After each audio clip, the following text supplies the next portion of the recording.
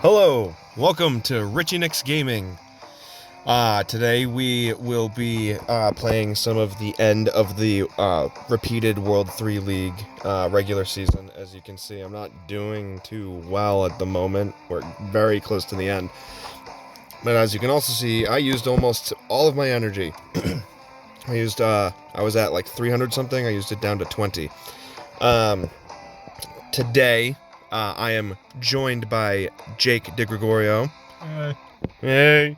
Of the YouTube channel Streetlight Productions. If you remember, we were talking to him last time about video games, and I was telling you that he did that Disney Medley that I'm sure at least one of you has actually seen without any context. But today, as we voted on the polls, he's going to be talking about Zelda. So I'm going to be playing baseball, and he's going to be teaching us about Zelda. So strap on in. And, ooh, the reward for this is a freaking diamond badge. So let's hope I win. All right. Take it away, Jake. Okay, so Zelda really begins with the name Legend of Zelda. Famously, it is, not named after the protagonist Link, it's named after Zelda. But who is Zelda named after? For that, you have to go to literature. This hint may have tipped off a few of you. Not all of you. Zelda was the name of F. Scott Fitzgerald's wife, the guy who wrote The Great Gatsby. His wife, Zelda Fitzgerald, who I think was a socialite of some sort. That's who Zelda, the princess, is named after. And of course, because, imitation is the most sincere form of flattery, Robin Williams' daughter was named Zelda after the video game princess. So the name Zelda has been tossed around the art forms, so to speak, from literature to video games to movies. I don't know, but that's pretty interesting where it came from. So I've met a Zelda. Really? Yeah. I've met a dog named Zelda, not a person. Well, she was named after the video game. Was it Robin Williams' daughter? No, I never met Robin Williams' daughter. Sorry, I interrupted. I met a guy named Metroid once. Are you serious? Yeah,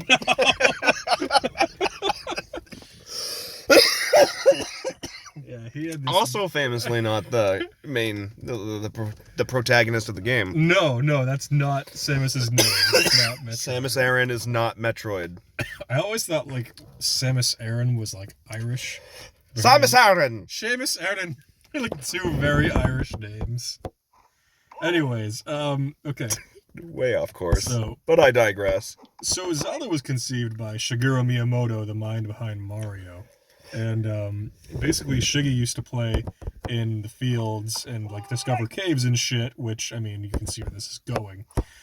Zelda was based on that, going out in the field, discovering new things. And so the original Legend of Zelda was sort of based around that element of discovery. One fun fact, Richard, you might not know this, but Zelda, the first Zelda for NES, first video game you could ever save your game. Yeah, I did know that, yeah. That's huge! Yeah, that is a fun People fact. People don't know that, and that's enormous! Yep. That's a huge leap forward. I believe originally the game was supposed to be just called Adventure or something. Something super lame. Something very... It's like the first baseball game ever made was just called Baseball. This is just Baseball 9. Where's the 9 come from? 9 innings. It's not the 9th game. One of my favorite YouTube comments ever was a review of Super Mario 64. And the best comment was, I really want to play this one, but I haven't played the first 63 games. That's gold. That's pretty brilliant. Anyways, so Zelda was almost called Adventure, although I believe there is another NES title just called Adventure. So Zelda, massively, critically acclaimed for its time, absolute game changer, and I think, we haven't really... There were a few other landmark Zelda titles that were total game changers. This was obviously the first. I don't know, I can just sort of go. What do you want to know about Zelda 1? I have beaten it. It is a crazy pain in the ass. What's the plot? So the first Zelda plot is that Zelda has been captured because, of course, Captain Princess was kind of like the go-to plot for games back in those days. But this time it was a little different. They had to make it more than just, oh, she got captured. So she has the Triforce of Wisdom, and Ganon has the Triforce of Power, and he wants to have both Triforces. And Link's Triforce of Courage is actually not even part of the story yet. So the whole thing is you got to go to 8 different dungeons, collect the pieces of the Triforce of Wisdom, and then go and beat Ganon, the Prince of Darkness. Ganon famously, he had 2 N's in the middle of his name, as in like the word cannon, like cannonball, but with a G. That has since been retconned to Ganon, Ganon. So basically you have to go out, collect the 8 Triforce pieces, and save Zelda. And that's the 9th dungeon where Zelda is. So the one big complaint about this game, and honestly everything bad about this game is just a product of its time. There is absolutely no guidance to some of the dungeons or secrets whatsoever. You might as well just you could just bomb everything or torch everything, but here's the problem. You can only carry 9 bombs at a time, and you can only use the flame once per screen. It becomes incredibly tedious. Even to the most, anal retentive, I'm going to bomb everything. Well, you use 9 bombs? All right, you got to go somewhere and find 9 more. Do you know how long that takes? Essentially, back in the day, this is supposed to be the sort of thing where if you were playing with friends, or if your friends were playing on their system and you had your own, if you discovered a secret, you would tell them, and that's how word would spread. There was basically... Oh shit, I didn't realize that we had to explain life without the internet. Yeah. Oh yeah. Yeah, this is back when, this is back when you couldn't stream.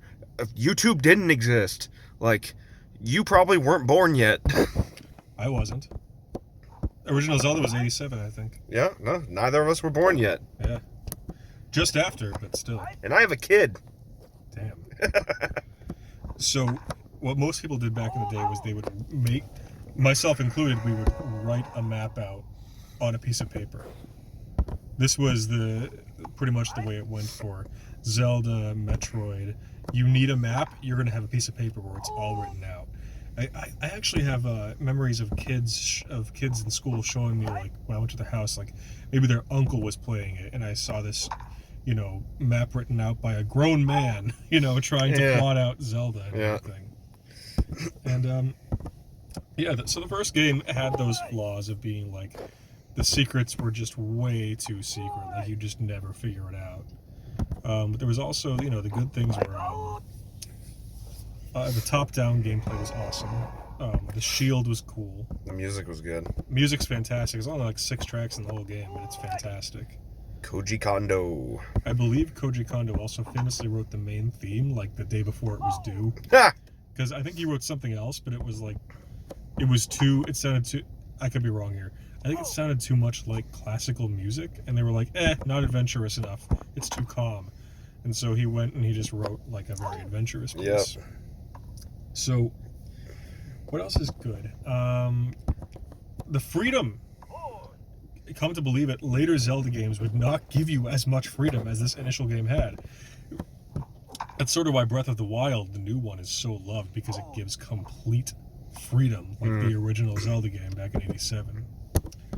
You really can go anywhere, and they don't hold your hand. If you walk into a place with dangerous bad guys, you'll just fucking die, and that's it. Sorry, can I swear? I forgot. Yeah, I swear. Okay. If you go to a place with dangerous bad guys, they'll just kill you, and that's the end of it. It's not well, you can't go here yet because you don't have the big sword. XYZ. Right. If it's kind of up to you whether or not you can quote unquote go here yet, because if you have enough skill, you can you can't skip to the last dungeon because you need the 8 Triforce pieces, but you could. Let's put it this way: there are people that, and you can YouTube this. It's pretty amazing. They do swordless runs of the original Zelda, as in they don't use the sword. Jesus. Except they use it to kill Ganon, because you absolutely must.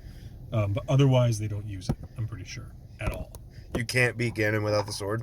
You absolutely must use the sword to beat Ganon, so yes. You do have to use it there, but except for that last few blows, it might even be a single blow. Yeah, but I mean, in that game too, arrows are also your rupees, so you get rupees, the money, and you lose $1 for every arrow you shoot. Just kind of weird. That's a weird rule. Yeah, but you gotta keep in mind how many variables a game of that. That's true. We're talking 1987. Right. Like, how many different things could the game be counting at once? So if you could use one variable for 2 different things in the game, rupees and arrows, it was probably way better. Actually, funny enough, this game got its speedrun record broken recently by a guy who figured out something absolutely insane. What? Oh my god, give me like 10 seconds, I gotta think of it. Basically what he did was, so he found a way to essentially skip to the screen where you save Zelda. Okay. Like, skip everything. Oh. Now what he did for that, you have to enter a very specific sequence of numbers and letters, or maybe just letters, in all 3 game slots. Now, what happens is you must enter like these really specific names in the 3 like new game slots, because in the run he does something where he technically goes outside the game's limits, and the game has to search a certain code to load a certain screen, but there isn't any there. So the game, reaching and grabbing for whatever numbers it can find or whatever letters it can find, will reach for the names you entered for the 3 game slots. Mm-hmm. So it's like, I don't know, oh, what's this? And they find the names you entered. And if you enter the right sequence of letters, that will add up to, okay, bring him to the end screen. Okay. Which speedrun complete. Yeah. You just have to get to the point where you can, I forget what he did to actually reach the point where he would have to glitch into a space outside of the game's code, but he did. And that's pretty amazing, because it's like a Super Mario World run where he does that too. It goes right to the end credits. How? From the first level. Just, I forget how he does it. But he like finishes the game in like less than a minute, I want to say. Maybe it's the second level. But that's pure cheating. Well, that's why there's different categories for speed runs. It's like using glitches, not using glitches. 100%. I mean, Super Metroid is the most loved, I think, speedrunning game ever, because there's so many different ways you can do it. There's like 10 ways you can speedrun that game. You know, with glitches, without glitches, 100%. Oh my god, full map is one of them. You just have to like you have to visit every little tile on the map screen, which is pretty crazy. And of course the game gets difficult to beat. You know, you could collect all the items, but that makes the game easier, so maybe you use as few items as possible. Anyways, back to Zelda. So, yeah, that's pretty much. Hold this while you continue. Okay.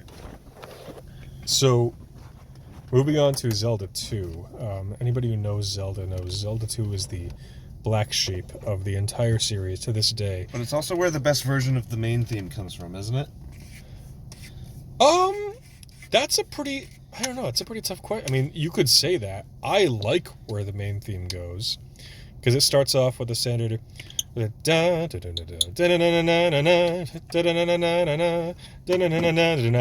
goes to da...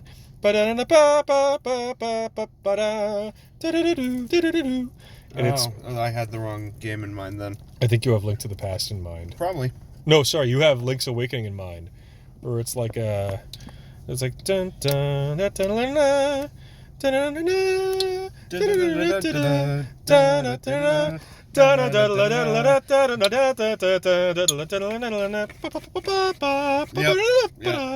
That's Link's Awakening. That's actually, it's also in Oracle of Seasons and Oracle of Ages as well. All the Capcom Game Boy titles use that version, and I have to agree, that version is absolutely badass. I love that version.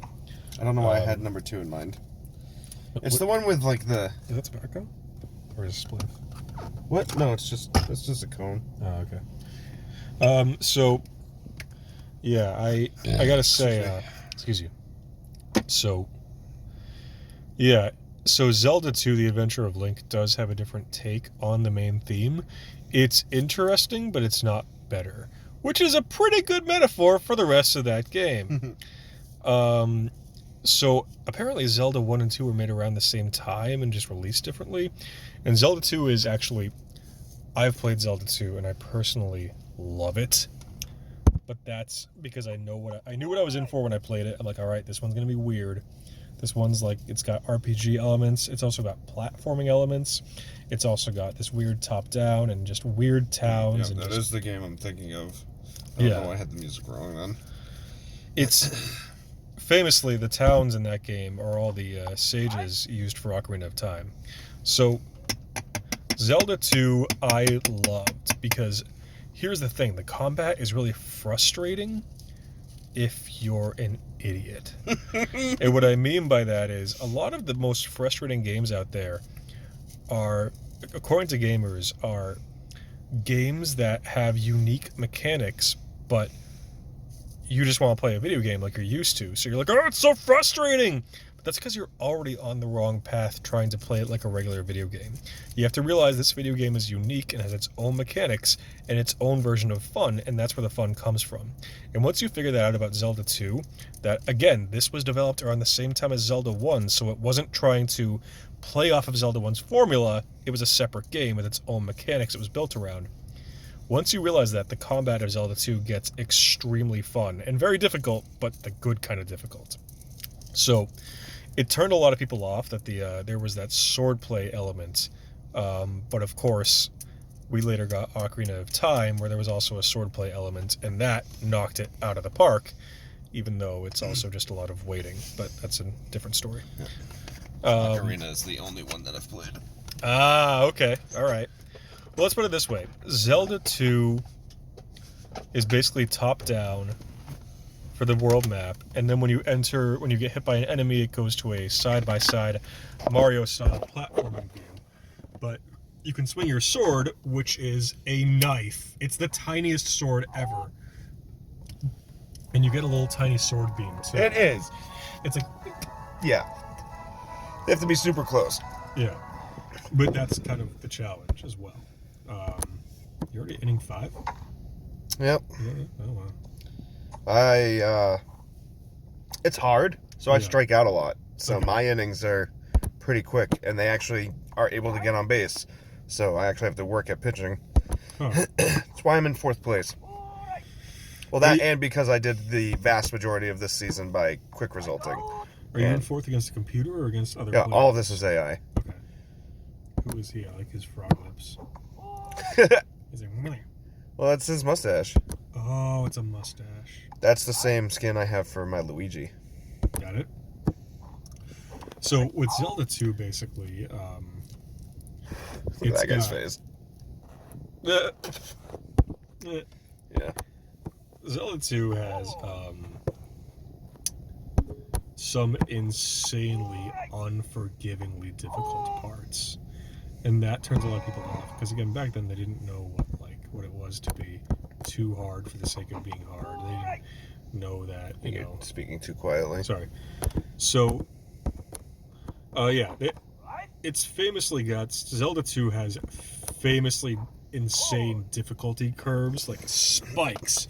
Like the game is a normal game, and then at one point it's like, how the hell am I supposed to beat this? At Death Mountain, actually. And the cool thing, actually, is in Zelda 1, Death Mountain's on the top, the northernmost part of the map. And in Zelda 2, it's actually on the southern part of the map, meaning that the entirety of Zelda 2 takes place north of Zelda 1. And the only spot where they meet is Death Mountain in the middle. Now, technically, because there are some purists out there that will correct me, there is some space below Death Mountain, and that's actually where the last temple of the game is. But yeah, so Zelda 1 and 2 take place on the same continent, and Death Mountain is sort of what binds them, as like a cross section through the whole thing. So yeah, that was 1 and 2, and obviously, the formula for 1 was far more well received than the formula for 2, even though 2 had these great RPG elements I really loved, because it made you like really think about things. So with Zelda 1, they actually kept that, and that's how we got Zelda 3, A Link to the Past. I should mention that Zelda 2 also introduced the Triforce of Courage, which is Link's Triforce. And now, with Zelda 2, we have all 3 Triforces.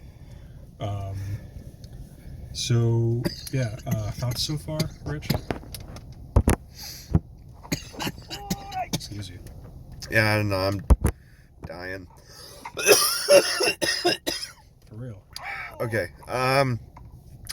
No. All right. I've read like the wikis for these games, and I've where did I? Oh, and I watched like a countdown for the best themes. Okay. But yeah, I really know very little about Zelda. All right. Moving on to 1991 or 2, I forget which one, we see A Link to the Past. This was when they basically got to say, okay, now that we know what we're doing, let's make a real game. And A Link to the Past is famously known as one of the best video games ever made, and certainly some people's favorite Zelda. And for a while, it was mine. Link to the Past is bigger than the first Zelda.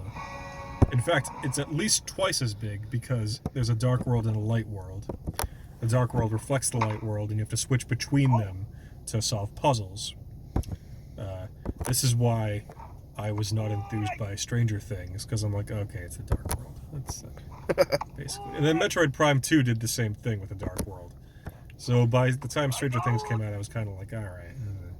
Not to mention the 4 kids in Stranger Things are pretty much just the crew from Earthbound. Ness, Paula, Jeff, and Pooh. So, literally. Really? Yeah, no, the main character is totally Ness. The girl is totally Paula. Dustin is totally Jeff. And Lucas is totally Pooh. And I could give reasons for that. But that's really deep Super Nintendo nerd shit. And we'll talk about that another time. Okay. Anyways, so Link to the Past, it's pretty interesting because here's the thing. Really mature video games like Mortal Kombat, or you couldn't make things seem serious yet because still the pixel art wasn't good enough to make shit seem serious. Like, even if your game was about being a sniper in the army, you could barely tell because you're looking at an 8-bit screen. So this game was actually quite mature, or at least trying to be. Like, now we know Zelda as a kid-friendly property, and it should be that. It should be accessible to everybody. But at the same time, back when this was coming out, a game for adults was still genuinely unheard of. So, but damned if this crew wasn't trying. Because this game, you pretty much see in the opening cinematic a wizard murdering a princess. Oh, Jesus. Or at least you're supposed to believe that he murdered the princess. You find out later that he teleported her. He does a magic spell on her, she poofs, and, yeah, I mean, anybody with any story knowledge can be like, oh, it's supposed to look like she died, but there's no body. Right. So, yeah, but if you're a kid, I mean, the body disappears, he's dead. So, it was read as that. Not to mention, the game was willing to it goes there because in the first 10 minutes of gameplay, first 5 minutes, first 1 minute in some cases, depending on how good you are at it, your uncle dies. And he doesn't die because he's sick. He dies because he got stabbed. He lost a sword fight. Basically, the game opens, it's a rainy night, and your uncle's like, something's wrong with the castle, I'm going to go check it out. And you, being, a character in a video game, go after him. And by the time you get to the castle, he's like slumped up against the wall, sitting down, and he's like, he's done, and he gives you his sword, then he dies. So it's dangerous to go alone. Yes, that's from the first game, though. That's the old man in the first cave. But yeah, this time, I never noticed that. There is sort of an homage to giving you the sword, but and this time the person is actually your uncle. He dies, or maybe he's severely injured, because actually at the end of the game you bring him back to life, or you make him healthy again. It looks like he dies, though. Okay. So, Link to the Past basically has you... First of all, it began the Zelda formula of we're going to throw a few easy dungeons at you first, then there's going to be a major plot point, and then we're going to give you the rest of the game, where there's a lot of very difficult dungeons. Ocarina famously does this. The plot point in Ocarina that separates it is Link becomes an adult. And Twilight Princess does this, where the Twilight Mirror breaks, and Wind Waker does this, where you see Hyrule Castle. There's always a certain point. The first 2/5 of a Zelda game are like kind of easy, and it's like, all right, that was a primer for the rest of this game, which is going to be, it's going to require some brain power. So Link to the Past was the first one to do this. You collect 3 pendants by going to 3 dungeons, then you pull the Master Sword, then the game truly begins. Which is funny, because if you're a kid, those first 3 dungeons are really hard, and you're about to get your ass handed to you for 8 dungeons straight now. It's like 3, and then, well, technically it's like 5 dungeons in the game. They're all pretty small. And there's 8 more. And these dungeons are all in the Dark World. And when I was a kid, these were pretty difficult. People are like, oh, the game is easy by today's standards, but I'm like, yeah, not when I was 12, it wasn't. It was pretty hard from a puzzle standpoint, and it was pretty hard from a combat standpoint, too. It was all extremely well done. Excuse me. That's that. Had a nice little rally there. No, I just had it. Now it's gotta, yeah, it's gonna be, unless they can score 5 or more runs. So, Link to the Past, a lot of people think it's the best game on the Super Nintendo. I would... Top 3 for sure. Top 3 best Super Nintendo games for sure. I think the other 2 would be Super Metroid and Super Mario World. But Mario World. Yeah. And probably Donkey Kong Country. I have a huge soft spot for Donkey Kong Country. I think I played the second one. Okay. The second one is better than the first one. The pirate-themed one with Diddy and Dixie, that one's fantastic. So, Link to the Past also begins another Zelda tradition of, here's the bad guy, but it's secretly Ganon behind the curtain the whole time. Yeah. Like at the very last second, Ganon will come in. Did you lose or win? I won. What? You got 5-1 runs? Yeah. Nice. Hooray. So I got 2 when I said I had a nice little rally going there, and then so I scored 3 in the 4th inning and 2 in the 9th. Okay. Pippin won, and he won MVP. I noticed there's a Samuel Tyler in the team as well. Oh yeah. I'll show you. Ooh, I got the diamond. I forgot about the diamond badge.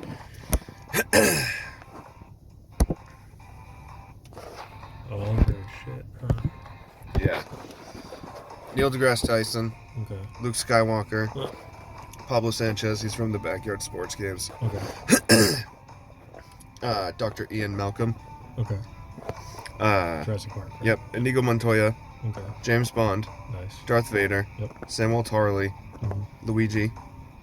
Luigi Mario. Yeah. Yeah. That old stupid joke that our last name was Mario. Yep. Oh, jeez. Okay. I'm a starting pitcher. Mary, Pippin, Mario, Owen, Axel Foley, Okay. Emily, Jon Snow, Nice. Ace Ventura, Sam Gamgee, and I think it's Che Imwe, the blind guy from Rogue One. Okay.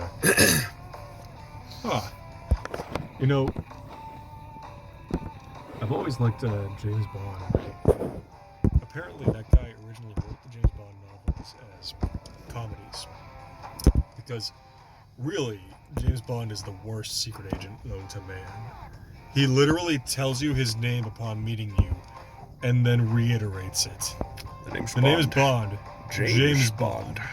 As if he was going to go on to reveal his age, social security number, and a list of his greatest fears.